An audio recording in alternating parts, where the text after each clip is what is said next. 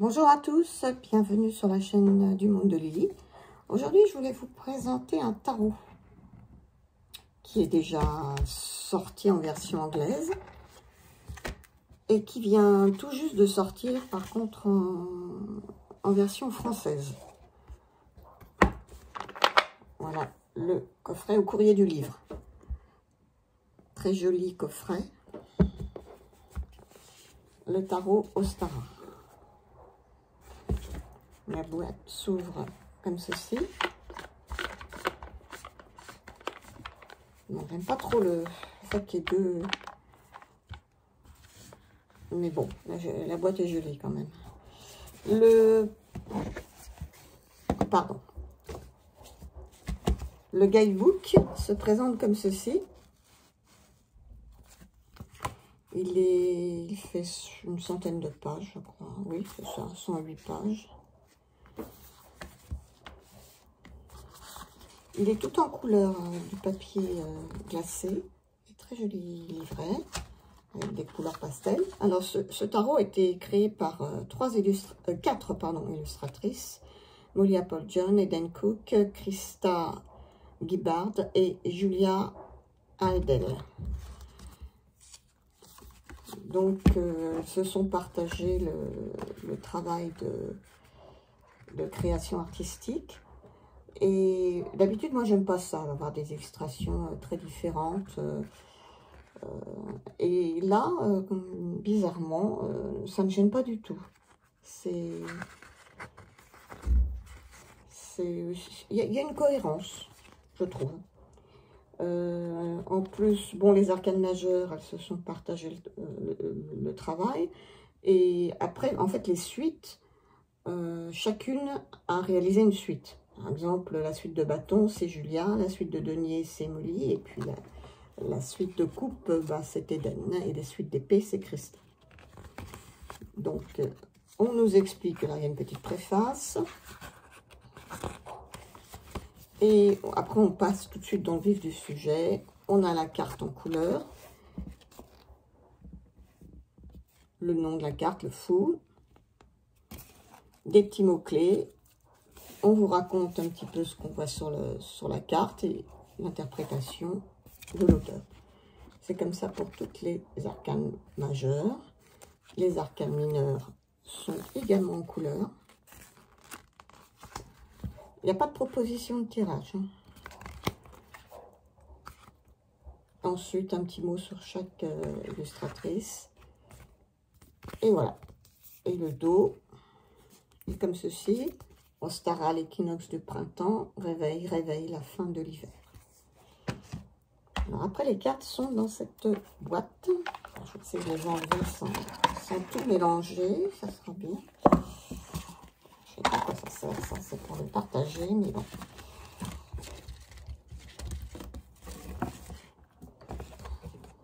Alors, le dos est comme ça.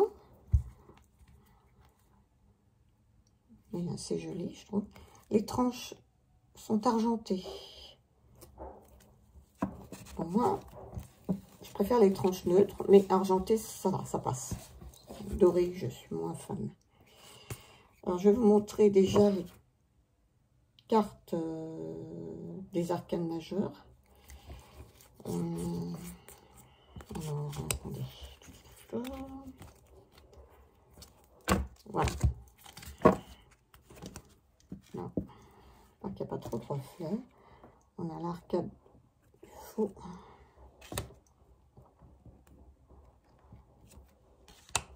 Les illustrations sont jolies, je trouve, vraiment.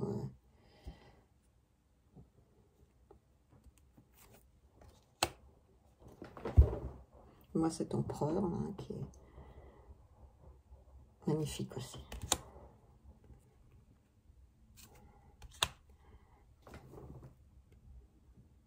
La justice, avec la déesse égyptienne. Oups, pardon. L'ermite. La tour. L'étoile.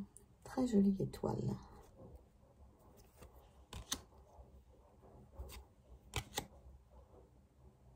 soleil. Le jugement, cette Valkyrie là, qui apparaît.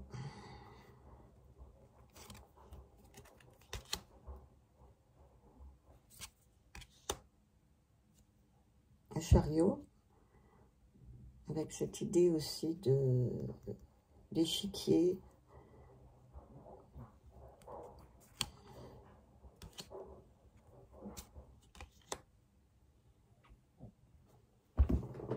La force, beaucoup cette force avec ce dragon.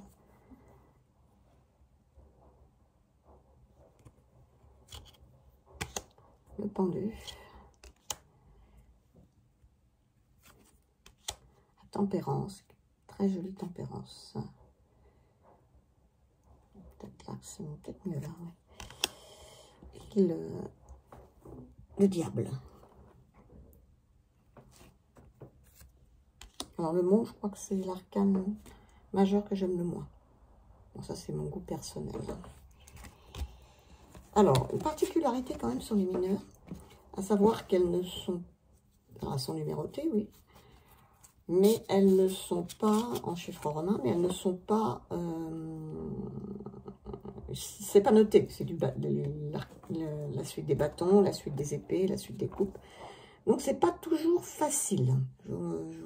Je reconnais, hein, franchement, il y a des fois où je me demande si... Mais bon, en observant bien les cartes, on arrive quand même à s'y retrouver. Donc là, c'est la suite des bâtons.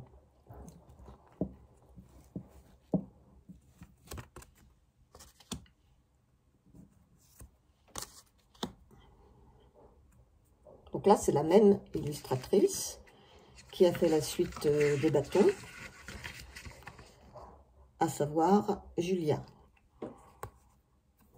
Alors, il y a des animaux, beaucoup d'animaux aussi. Ça, c'est sympa.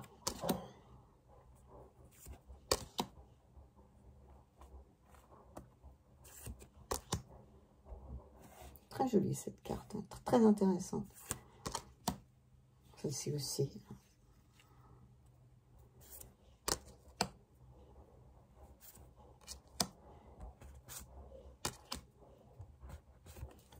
Il m'en manque, là, je crois que je me suis... Ah, j'ai oublié.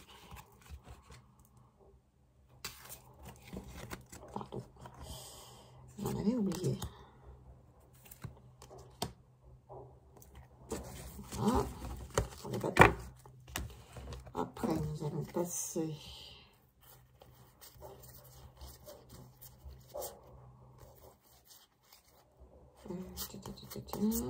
passer au denier.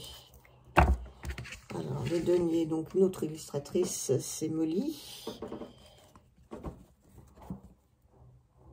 Évitez les reflets parce qu'elles sont glossy, hein, donc il a fait des reflets.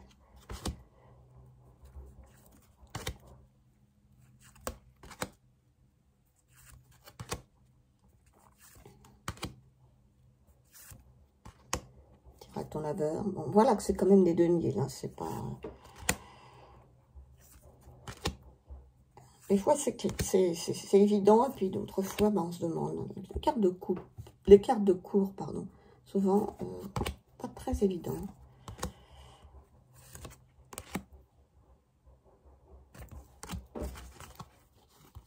Voilà. Alors, ensuite, on va passer aux épées. Alors, les épées, c'est assez clair quand même. Je pense que c'est la suite la plus claire, d'ailleurs. Enfin, la plus claire, la plus évidente, quoi.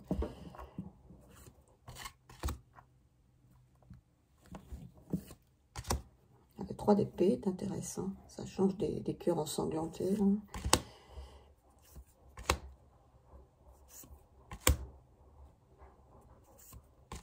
On tire à ton laveur.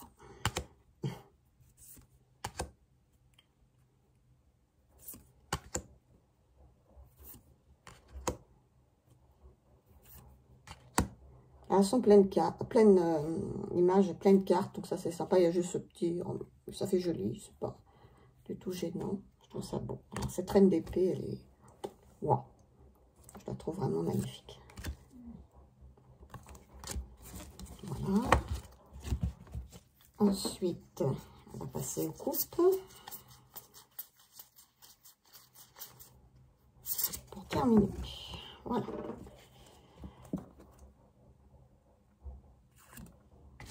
Celle-ci, comme elle est choupinette, c'est trop mignonne.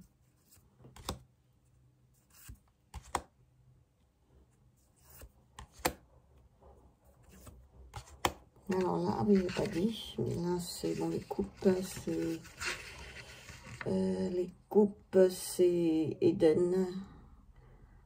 Et les épées, c'était Christa, j'ai oublié de le dire. Voilà.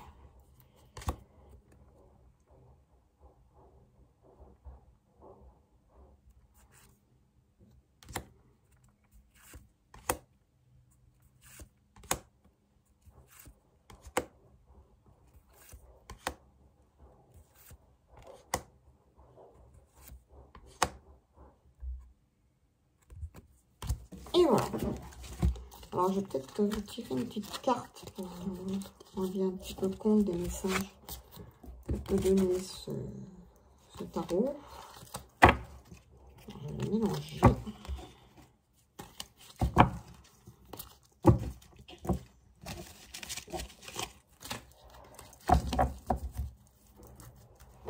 Ah, il se mélange très bien.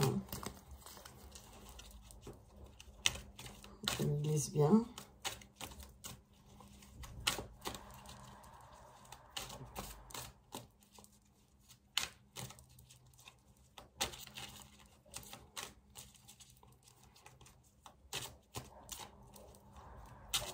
Alors, c'est mon petit cadeau de fête des mères que je me suis faite toute seule, en attendant de recevoir les vrais, si je puis dire.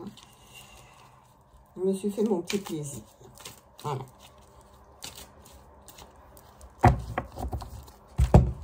Les tamis.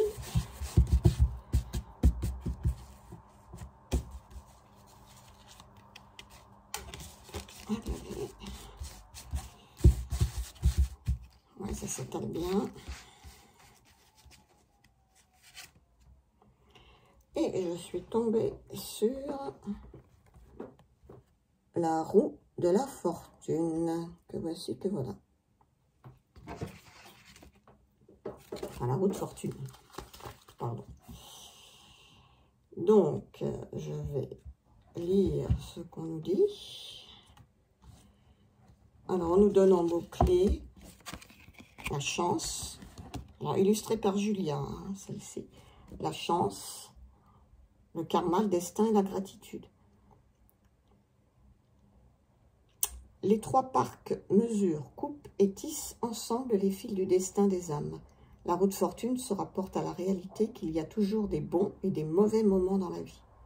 L'enseignement à en tirer est l'acceptation. Il est nécessaire de surfer sur les vagues, les hauts et les bas, afin d'accepter les épreuves et d'être reconnaissant quand les bons moments se présentent. La roue de fortune nous demande d'accepter notre destin, mais nous encourage à y contribuer personnellement. Il est possible d'influencer les événements de notre vie et nos réactions émotionnelles en y faisant face. Pratiquez la gratitude. Lorsque vous déversez votre énergie positive vers l'extérieur, ce qui en résultera vous reviendra de même. À l'envers, puisqu'on peut le tirer à l'envers pour ceux qui le souhaitent, pour avoir le côté, enfin pas négatif, mais le côté opposé, si je puis dire, c'est la roue de fortune indique alors des événements extérieurs hors de votre contrôle, qui sont loin de s'arranger. La chance n'est pas de votre côté, et dans votre situation actuelle, les choses semblent peu réjouissantes. Réfléchissez à des comportements ou des erreurs passées. Faites confiance à la roue pour se remettre à tourner. Une fois que vous serez sorti de ces ténèbres, une nouvelle lumière fera son apparition, d'autant plus éclatante grâce à la sagesse de ces récentes découvertes à votre sujet. Voilà pour l'interprétation des cartes de ce tarot, enfin d'une des cartes. J'espère que cette petite vidéo vous aura plu. Je vous souhaite de passer un très bon week-end sous le soleil, puisqu'il a l'air d'être avec nous. Et j'espère vous voir pour une prochaine vidéo.